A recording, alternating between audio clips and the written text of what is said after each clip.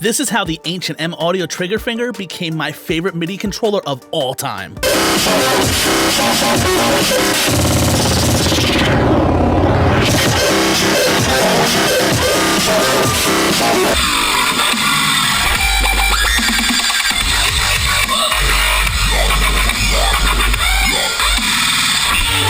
So why in the hell would somebody in the year 2023 be wanting to use a MIDI controller that is practically ancient?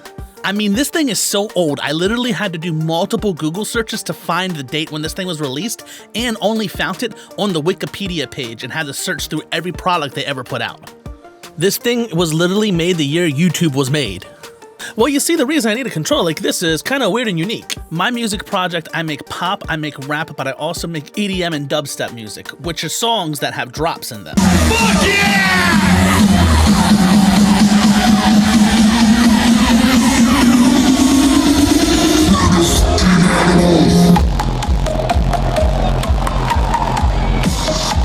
Now, my songs that have drops in them, basically I go from either rapping or singing, and then once the buildup happens and the drop, drops, I'm basically just standing there waving my hands around like a fucking goofball and idiot like every other damn DJ does, and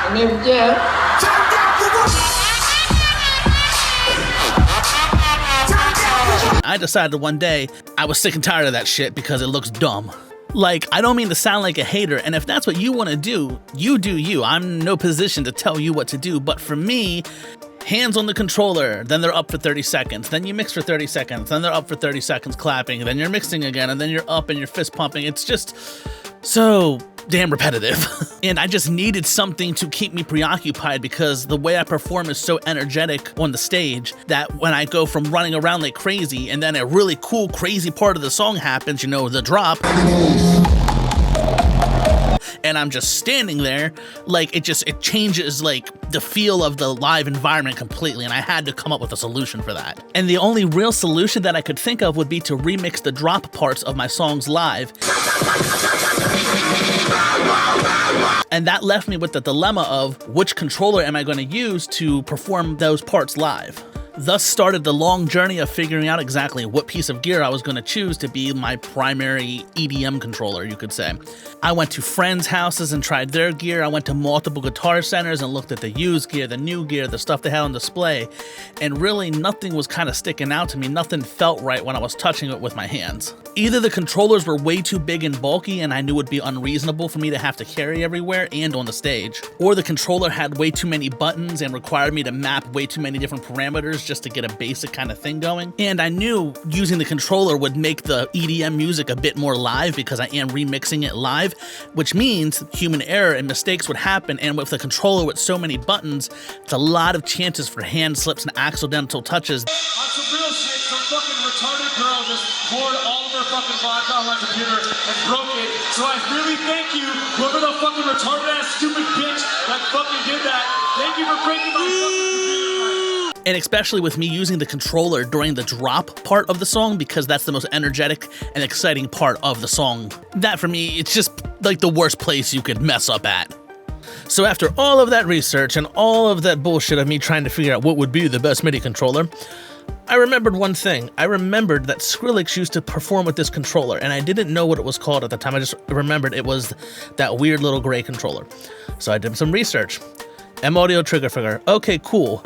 I then realized through that research that, oh, I found this thing for like only $40 and only one of the knobs is messed up, which was one of the sliders. So I bought it because it's just $40. That's like a meal at Chili's. And needless to say, basically within the first like 2 or 3 hours of me playing with it and really figuring out how to map it to Ableton Live and all that, I completely fell in love with it. I couldn't believe how well and good that this controller felt considering how old it was and after all the research I had done. Not to mention the $40 price tag, I just couldn't believe it. When M Audio made this controller, they hit some weird kind of sweet spot with this thing, especially with the pads. The pads are firm, but a little bit soft, like enough to where it doesn't hurt your fingers after you're like beating the living shit out of them.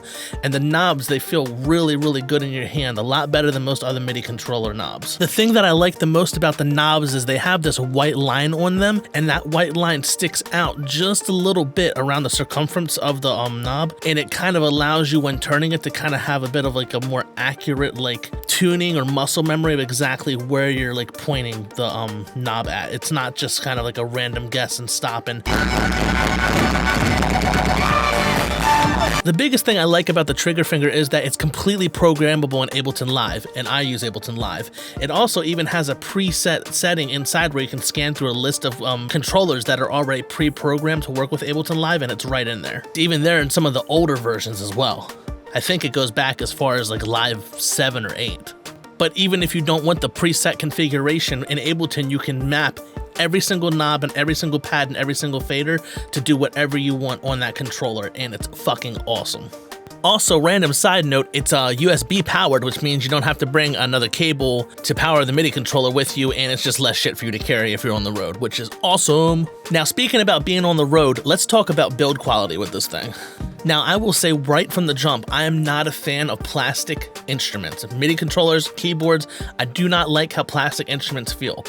And the trigger finger is made of plastic, but it's a pretty strong plastic, and when you pick up the controller and you feel the weight of it, it feels strong and firm, and when you touch the plastic sides of the controller, there's no flex in it. Here's some example of flex. Here's my old black laptop. Right in the middle of the top right of the keyboard, it flexes right in this one spot.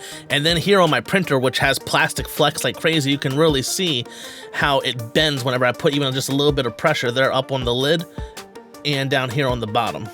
Like, that's not supposed to be moving that much. It's just their shitty quality products. Okay, guys, so now that I've talked to you about why this is my favorite MIDI controller of all time, I want to talk to you about basically the one thing about this controller that sucks, and that is these faders are dog shit. If you buy an M-Audio trigger finger, the chances of the faders, or at least one of the faders not working, are extremely high. Even if they say they've tested it, like, it's probably one of them is broken in some way, shape, or form. They're just not built well. I don't know what happened with these, but the faders on the trigger finger truly are its Achilles heel. It is the one thing that makes this controller not a 10 out of 10 perfect. And I'm not talking about the plastic caps that you touch that allow you to slide the faders up and down. I'm talking about the faders themselves failing to recognize the input of when you're sliding the fader up and down. It's just bad. Now, this could be a problem to some people, but me personally, I don't even use the faders that I have, so it's really not a problem for me. But I can see how this could be a big issue for somebody else. Sorry, but typeface, it isn't exactly a pressing issue right now. Everything is a pressing issue. So, in conclusion, the reason I love this thing so fucking much is that these knobs kick ass. These pads kick ass. I love how light this thing is and how small it is, but I also like the build quality. It doesn't feel like it's gonna break if I drop it. Also, USB powered is the shit. And you don't have to believe me, you know, Skrillex is the king of the whole EDM dubstep thing basically at this point, and he loves these fucking things, so don't take my word, take his. Jay Storts with M-Audio. Oh, you guys don't make trigger fingers anymore. Look at this. No, we've been actually back ordering them for you. Really? Yeah, I have about 126 of them, I believe. I'm gonna get punked right now because it's like a joke that I tell everybody that I still use them, but I love them. Just really? Yes.